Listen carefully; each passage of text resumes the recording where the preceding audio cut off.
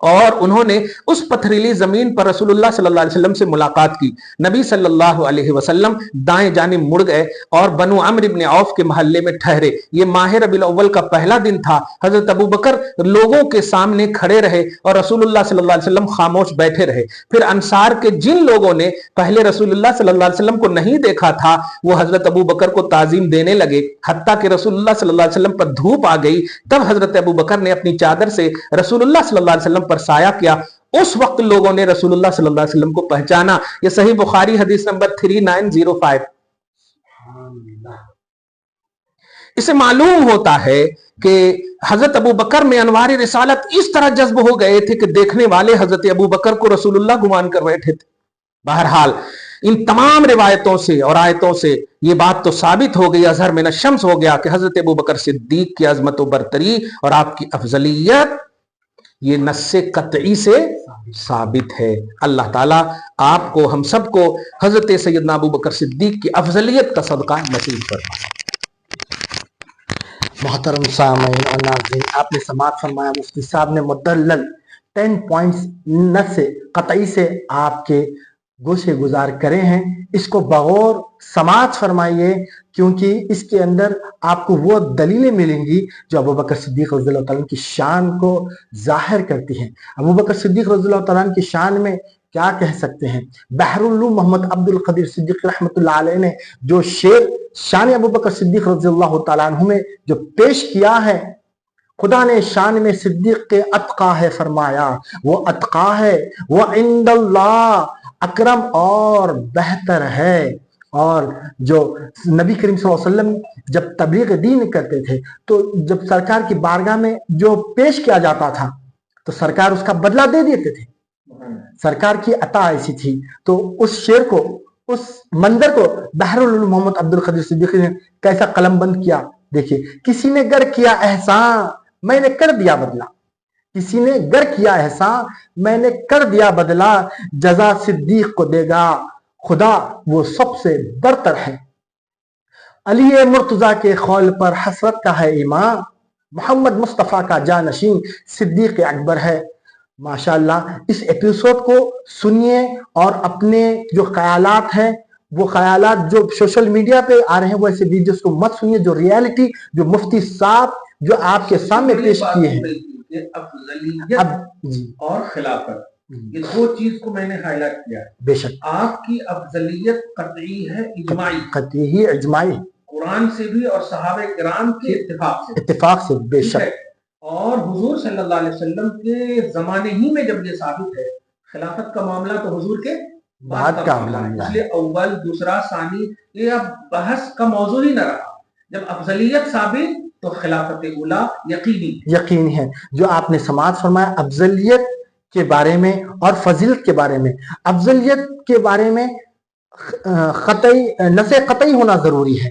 اس میں سرکار مدینہ صلی اللہ علیہ وسلم کے جو واقعات ہیں، سرکار جب غار ثور کی طرف جا رہے تھے تو کس پر اعتماد کیے؟ ابو بکر صدیق رضی اللہ عنہ کو ساتھ لے کے گئے. کہ خاندان موجود ہے، نسبی قرابت موجود ہے. ابو بکر صدیق رضی اللہ عنہ پہ اعتماد کر کے ابو بکر صدیق رضی اللہ عنہ کو اپنے ساتھ رکھے. نبی اپنی زبان سے نہیں کہتے، خود اپنی خواہش سے نہیں کہتے، خدا کے حکم سے کہتے ہیں. وہی ہے، خدا کے حکم سے کہتے ہیں. زبان نبی کی ہوتی، حکم خدا کا ہوتا ہے. جب غار ثور کو گئے تو ابو بکر صدیق رضی اللہ عنہ کے ساتھ لے گئے. یہ اعتماد ہے. اس غار ثور میں جب نبی کریم صلی اللہ علیہ وسلم جو آئے تھے، لا تحزن ان اللہ معنا، ڈرو مت اللہ ہمارے ساتھ ہے.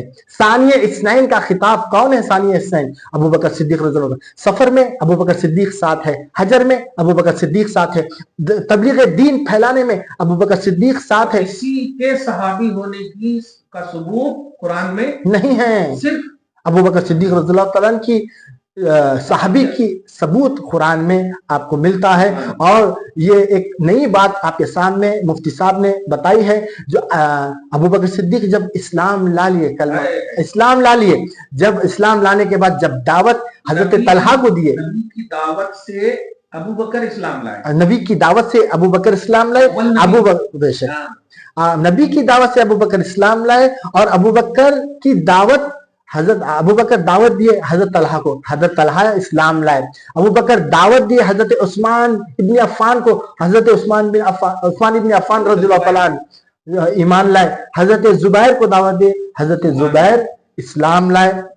اور آپ کو دعوت تبلیغ دین میں ابو بکر ساتھ ہے, تبلیغ دین میں ابو بکر ساتھ ہے. خلافت تو اسی کا نام ہے جو حضور کے سامنے ہی آپ نے اپنی جانشینی کا دعویٰ ایک دم مکمل طور پر پریکٹیکلی ہر غزوے میں ابو بکر صدیق رضی اللہ تعالیٰ ساتھ ہے, حجر میں ساتھ ہے, سفر میں ساتھ ہے, ہر طرف سرکار مدینہ صلی اللہ علیہ وسلم کے ساتھ ساتھ ابو بکر صدیق رضی اللہ تعالیٰ عنہ ساتھ ہے. اور یہی جو ہے سو ہمارا عقیدہ رہنا چاہیے. افضلیت کیا ہے؟ افضلیت کے لیے اور فضیلت کے لیے, افضلیت کے لیے قطع نص ضروری ہے قرآن کی, اگر اس کا انکار کرتے کفر ہے. اور فضیلت کے لیے ایک ضعیف حدیث بھی آ جائے تو فضیلت کے لیے کافی ہوتی ہے.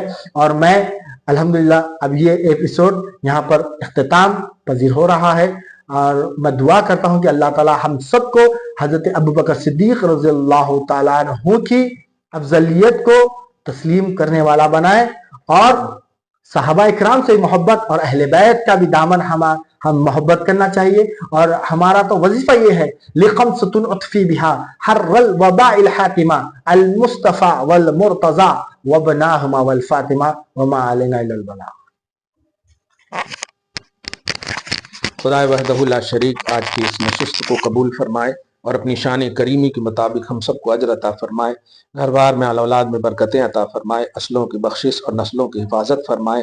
ہم سب کو انسان کامل قرآن کا انسان بنائے. افضل البشر بعد الانبیاء بالتحقیق سیدنا ابو بکر صدیق کے صدق طفیل میں اور سیدہ فاطمہ رضی اللہ تعالی عنہا کے صدق طفیل میں خصوصاً, اور تمام صحابہ اہل بیت کے صدق طفیل میں ہم سب کو دین دنی رات چوگنی ترقی عطا فرمائے.